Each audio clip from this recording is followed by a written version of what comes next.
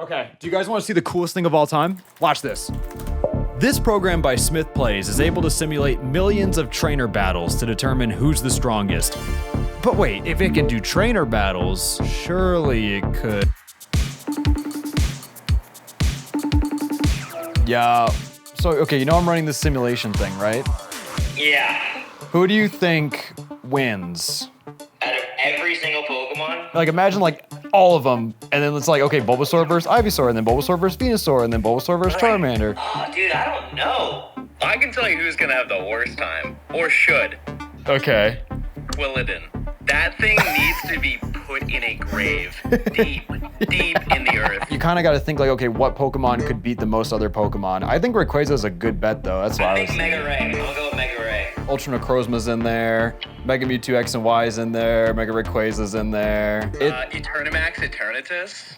He might be in there. Okay. All right, everybody, the results are in. This is the official ranking of every single Pokemon from 1089 all the way to the top. Now, who do you think is the worst Pokemon in the game? You're thinking Magikarp, you're thinking Caterpie, you're thinking Sunkern, you're thinking Weedle. I know you. I know you're thinking. And trust me, I thought the same thing. The worst Pokemon on this list is a legendary. Oh my god, this is it, we have it. Wait, is Cosmog at the bottom? And the reason why it's so bad is because it only gets Splash and Teleport and nothing else.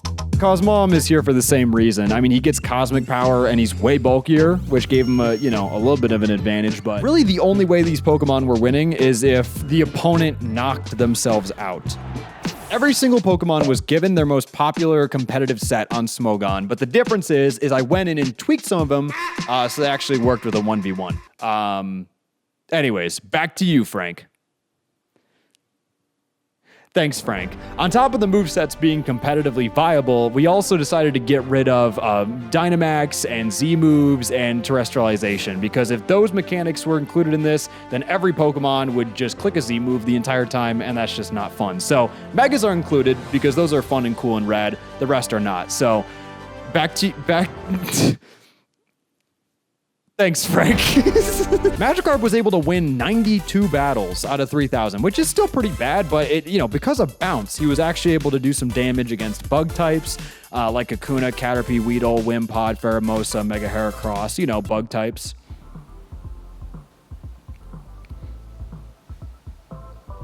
It was insane. Magikarp outspeeds, bounces, Mega Heracross goes for Swords Dance, he gets greedy, so Magikarp lands the bounce, Para dodges the close combat with the Bright Powder, insane, hits him with another bounce, Magikarp wins. This happens twice. Now, when you simulate a million battles, right, anything that can happen will happen. Couple lucky Stone Edge misses, couple Seed Bombs. Kyogre decides to Calm Mind. He gets the Stun Spore off. Kyogre gets parried 4 turns in a row. Gives him the opportunity to Bug Bite a couple times. Weakens Kyogre down. Kyogre goes for the Water Spout. Guess what? He's tanking it now. And he just won. He just fucking won. Now, to be fair, I'm highlighting the insane ones. Most battles, Kyogre just clicks Water Spout and this guy dies. But these insane matches were not uncommon. Riolu, 204 wins, 3,000 losses. The worst performing... Okay, I gotta explain. I know it doesn't make a lot of sense for Spectre to be ranked below Bounce Suite, but hear me out. Spectre is not here because of its amazing, special attack, amazing speed, amazing typing, amazing ability, amazing move pool, etc., etc., etc. Spectre is here because he's stupid. The AI is stupid. Literally the entire... I couldn't believe it when I was looking at the results. He just spammed Curse the entire time. Like, I like to think that the AI gave every Pokemon a fair shake, right? I mean, the results are generally, I think, pretty good, but for some godforsaken reason, this Pokemon just got shafted. And here's a list of every single starter Pokemon from worst to best. Overall, water types are going to be your best choice in terms of typing, with grass types being the worst. And I don't know what they were smoking with the Gen 8 starters, but they ranked on average the best of any generation by a long shot. And the worst performing set of starters were Gen 6. For some reason, dude, they really underperformed. I don't know. It was my fault. Before we continue, I have to issue a formal apology to Greninja fans. I thought Battle Bond would work. I thought, sue me. You have to KO a Pokemon, it turns out, to transform, and in a 1v1 format that he just didn't have an ability. The entire, when he could have had Protean. And Cinderace is the strongest starter because of Libero. I mean, really, being able to change your type, you're defensively malleable, you get stab on everything, you have insane coverage. Like, a lot of Pokemon got screwed over just because of the format, right? Like, being 1v1, yeah, like Whimsicott's a great example. It's mostly a support Pokemon, so in a 1v1 scenario where offense and speed is, like, really emphasized, it just didn't do well. When I hear the word innovation, there's only one product that comes to mind. The Handyman is the most compact and precise razor we have ever developed. Dual blades with skin-safe technology gives you a close shave at a moment's notice. As a razor, it's good. As an experience, it's gooder. Over 10 million men put their shaving routine into the hands of Manscaped, and they feel that innovation every single day. Yeah, I mean, normally I use a hand razor because I like to get really close to the skin, but the Handyman was able to do that and more, and it didn't hurt as much. I got real sensitive skin, so yeah, it was real tight and cool and rad. With over 60 minutes of battery life, you can get up to 6 shaves on a single charge. Or 20 if you're really f***ing fast. So go to manscaped.com, use code Asteroid, and get 20% off the Handyman. Now back to Pokemon. We're about to crack top 1,000. Who's gonna crack it? I already know the answer. I'm just pretending. We got Delcatty. Now, the thing with Delcatty is it's just not good. It's like one of the only Pokemon that can't hit anything for super effective damage at all. And the Eviolite, I don't know how to pronounce it. I've just been pretending this whole time, just like trying to like imagine.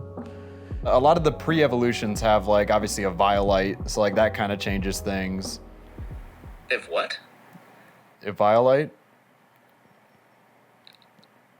A lot of these pre-evolved Pokemon had an Eviolite or an Eviolite, which allowed them to tank hits that other Pokemon just couldn't. Out of the Gen 1 starters, which do you think is the best? The best line. We have Venusaur for Gen 1, Feraligatr for Gen 2, Swampert for Gen 3, Gen 4 you're looking at Infernape, Gen 5 you're looking at Emboar, yikes. Gen 6, you're still looking at Greninja, even though he just didn't have an ability. The Primarina line in Gen 7, the Cinderace line in Gen 8, and then the Meowscarada line in Gen 9. Protean and Libero is so good. Oh, no. Dang it. Okay, I just got a notification. It looks like Flabebe, Mega Pinsir, and Mega Metagross, unfortunately, are unable to attend. They said they got sick. That sucks. Okay, yeah. I mean, we'll have to call a rain check on them, but maybe for the next one they'll get in. And it's definitely not because I just forgot to add them. A lot of solid-ish base form Pokemon coming up now. Helioptile. Hipini's crazy. This thing, it beat Origin Palkia 3 out of 3 times. So Hipini is already pretty bulky, but you give it the Eviolite and it actually becomes insanely specially bulky. It was tanking Draco Meteors. And then combining that with Toxic and Rest, Bergmite showed up. That's good. Glad he could make it. Oh, Ditto. Ooh, Ditto is interesting. So on paper, Ditto sounds like an amazing Pokemon for this. It just takes every single 1v1 that he's in and turns it into a straight up mirror match. The thing is though, he does not copy their HP stat. So his HP is still like, whatever, like middle of the road. And then also he only has 5 PP per move. Now he did have the Choice Scarf, which allowed him to outspeed pretty much every Pokemon that he mirrored, which was really good. So he was able to win against a lot of like really strong Pokemon that could OHKO themselves. But Frank, I hear you asking, what is the best and worst type in the game? Dragon. But also like keep in mind like these rankings aren't just based on like the type as a whole, it's also based on like how many good Pokemon are in that type, right? That's how I'm averaging it. So Yeah, so obviously Dragon has like mostly legendaries, where Bug is the worst type in the game, having a lot of Pokemon that just generally aren't great, regardless of their typing. Mega Absol, right under Leafeon. Yeah, Mega Absol ranked way lower than I thought it would, and is actually the worst ranked Mega in the game. The computer wasn't great at playing around Sucker Punch. Like, it just kind of saw, ooh, you know, good dark type stab, and clicked it. But like the AI's intelligence was consistent across the board, but there's just certain moves and certain abilities in certain situations that it just fumbled the bag. And if your Pokemon, you know, ended up in that situation more often than others, then it was immediately at a disadvantage. Garfy! There he is! Also, sorry, super exciting to see him, but rank 748? Rank 748. Best legendary in the game, rank 748. What happened? Well, I mean, listen, I'm already working on it. There's an investigation happening within the league. I feel like there might have been some maybe tamperance, right, with the results. I can't say much now. I mean, my lawyers are off cam telling me to, you know, I'll post a comment if things change.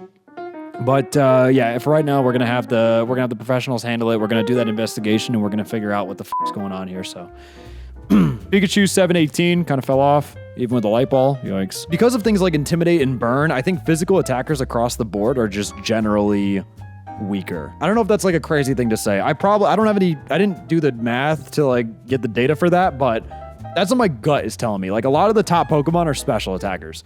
Oh my god, Tangrowth. Tangrowth and Zygarde are responsible for the longest battle in the entire simulation. I don't know what it is about, well, I do know what it is with this pair-up. It's the combination of Giga Drain and Rest and Leftovers, and the fact that Tangrowth just soaks up 1,000 arrows, and the fact that when Zygarde gets below 50% HP, he transforms into the complete form, which then gives him just an absurd HP stat. And then combining that with the fact that Tangrowth has Sleep Powder, and it is so 126 turns. 126. But Frank, what are the best and worst Pokemon of each type? I'm dying to know. Arceus is the best normal type, with Pidove being the worst. Reshiram is the best fire type, with Pansear being the worst. The best flying type is Mega Rayquaza, and the worst being Pidove. Damn, 2 for 2. Kartana was the best grass type in the game, with Sunkern being the worst. Koraidon is the best fighting type, with Riolu being there. Palkia is the best water type, with Magikarp, of course, being the worst. Miraidon is the best electric type. Toxel is the worst. We got Genesect topping the bug charts, with Caterpie there. Heatran, yeah. We're getting to like the top of great Pokemon and like bottom of like legendaries, you know what I mean? And Hitmonchan, I guess. Regigigas actually did, I mean, surprisingly well. Ranked 271, top 300. I mean, he was able to outdamage like Lugia, right? With like knockoff and... Dude, Reboot, hold up. And there's Incineroar. This is what Protean and Libero does to a Pokemon. Mega Garchomp is actually one of the, honestly, a couple Megas that ranked below their normal form. I think just because like some of these Pokemon just do better with an item. Like Garchomp would rather have Choice Scarf than, you know, become a slower, slightly tankier version of itself. Mega Gyarados actually made it surprisingly high with Intimidate plus, you know, insane coverage and Dragon Dance. Like, yeah. And then, whoa, who saw that one coming? By a landslide. It's actually insane. Just barely cracking the top 200. Who could it be? Ultra Necrozma. What a shockingly low performance. I mean, really. A lot of people would put real tangible money on this guy taking the entire thing. And I was one of those people. I was like, he's breaking at least top 10, for sure. But bro lost to Kricketune. Decisively. He lost to Kricketune. To put this ranking into perspective, he doesn't even break top 20 in his own generation. And on top of that, every other Necrozma, even base Necrozma, outranked him. And I think it's a simple case of the AI just not knowing how to handle setup Pokemon. Like against Kricketune, he Dragon Dances turn 1. Kricketune gets a free Bug Bite, does a lot of damage. He goes for Stone Edge. Uh-oh, Kricketune is sashed. One more Bug Bite, and and it's lights out, you know? Like, Murkrow was able to beat him because he would D-dance and then foul play just pretty much one-shot him. Yamask was able to beat him, got a Will-O-Wisp off, and the AI just played him so dirty. Coming up here on your left, you're going to see Terrakion, who is the strongest Swords of Justice, which, I mean, yeah. Entei is the strongest legendary dog. I mean, yeah, Sacred Fire. Monkey Dory is the strongest evildoer. I don't know what the actual name of them are, the evil guys. Yeah, Pheromosa! Top 150, let's go! This is huge! Magnetism! The worst ghost type is Dreepy, with the best being Fluttermane. Worst dark type is Zoroa, best being Yveltal. Worst fairy type is Azurill, best is Fluttermane. The worst dragon type is Dreepy, and the best is... Oh, did that get bleeped out? Whoops. It's the strong. I just don't want to spoil the end of the. Anyways, we are getting to the top 100, folks. This is it. This is it. Dude, Zapdos actually got a win on Mega. Well, first of all, strongest legendary bird.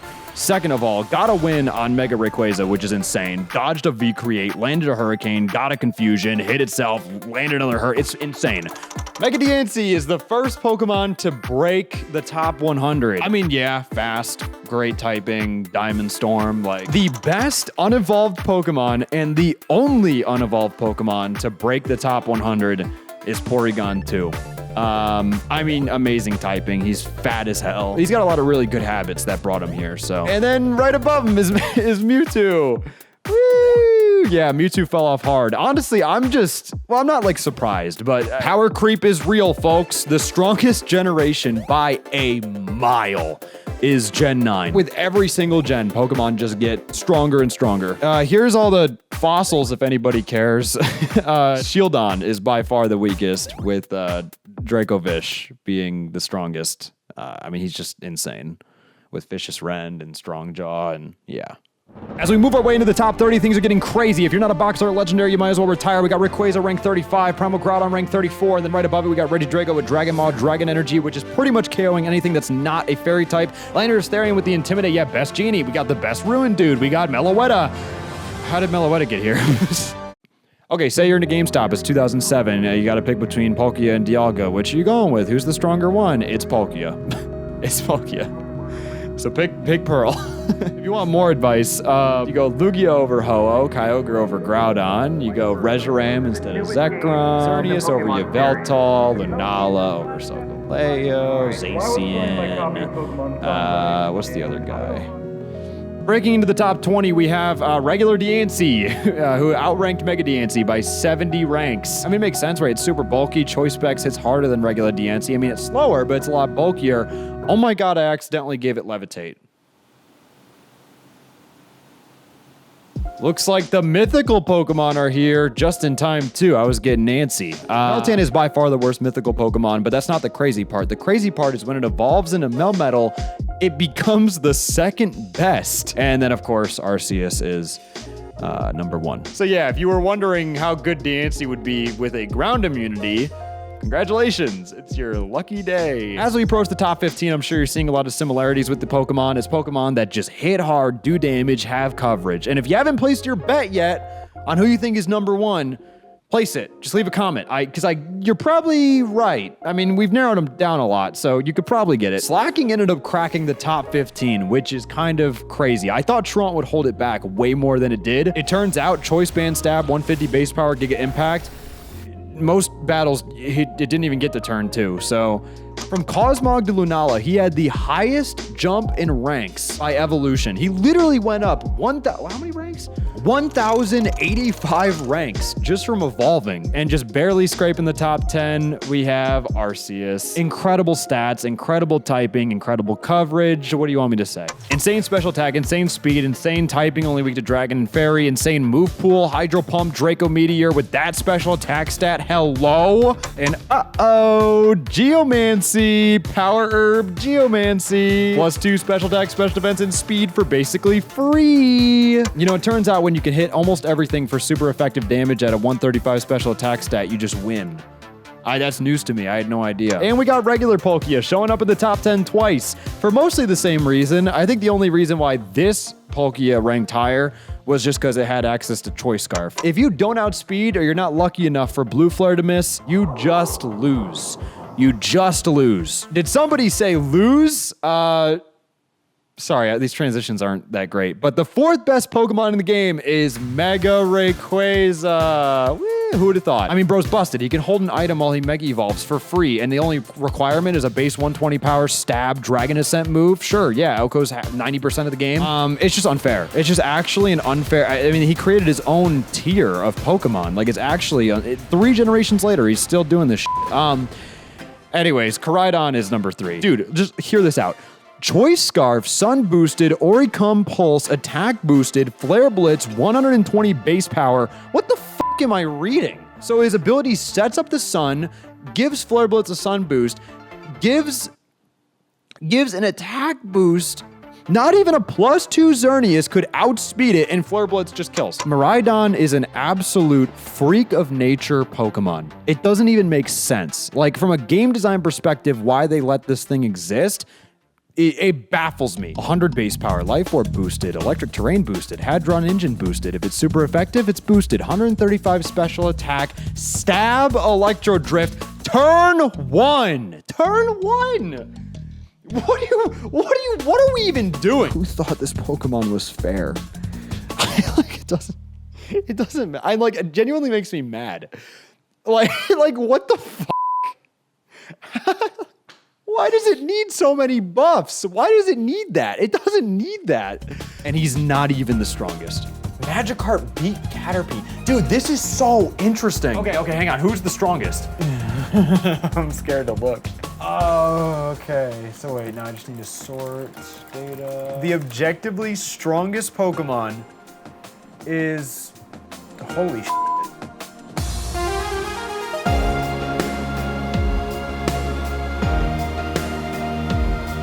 I mean, of course, right? It's the one Pokemon that's so busted you can't even catch it. It's just a boss battle, and that's kind of it. But anyways, hope you guys enjoyed. Here's a video that YouTube says you'll like. If you, I mean, you could, whatever, man. It's your life, right? Anyways, have a good one.